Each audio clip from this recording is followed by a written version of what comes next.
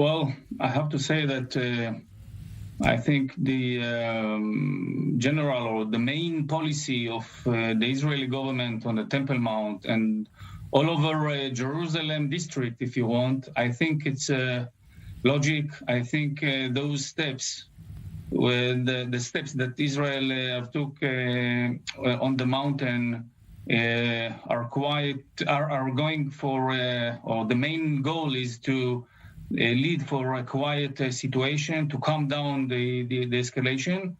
I think that there isn't another, in the meantime, there isn't another policy that could bring us for another situation. But it's the month of Ramadan, and 159 Palestinians are injured, 450 are arrested on Friday. How could this possibly lead to something positive the week after? Well, Ariel, we have to go back for a while to take a look what happened in real time. A few days ago, I think during last Thursday, hundreds of Palestinians from East Jerusalem and from Israel, Muslims, that didn't ask for to pray on the Temple Mount, like dozens of Muslims.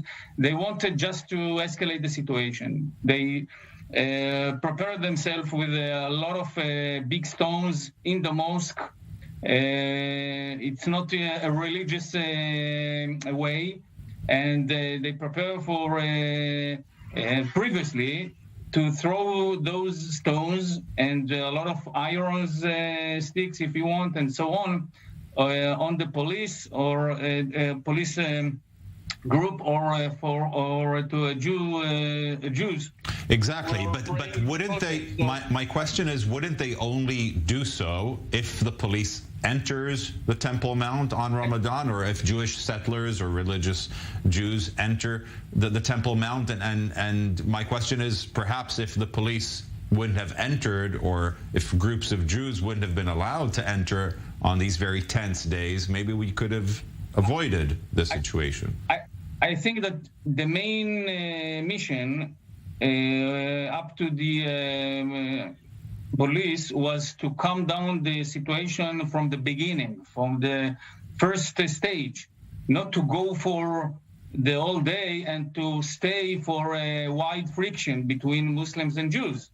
It could happen again or also. So this is the main dilemma. The main dilemma on the table was to prevent wide escalation from the morning, from the beginning, also today, or to wait for a wide escalation or wide violence. I think that the choice that the police decided to go for was between the hours was right. I think that to wait for those hundreds of Palestinians which look for wide violence, I think it was a mistake, or could be mistake. Okay. I think that Israel preferred to calm down, to come for, let's say, quiet situation, quiet against quiet, if you want.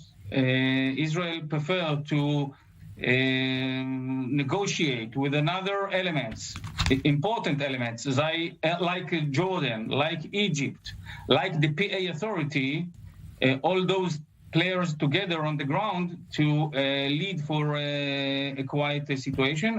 I think it's not easy.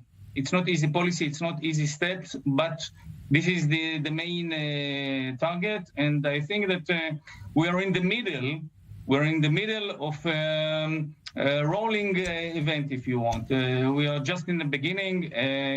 There is a lot of, I think, maybe between 2-3 weeks during the rest during the Ramadan month, and the main policy is to separate, and I don't think there is another way to do it, to separate between the problematic group and the other or the main people that want to come to the Temple Mount to pray, just that. Just a quick follow-up on that. We're seeing a group of settlers, including Itamar Ben-Gvir's wife, heading towards Temple Mount this morning, actually on Temple Mount, accompanied by police. Do you think Israel should let groups of Jews visit Temple Mount these days? No.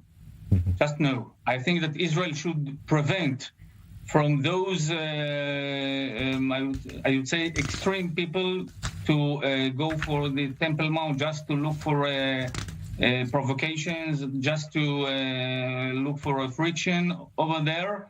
And I think that Israel should prefer which direction it could go. I think that there are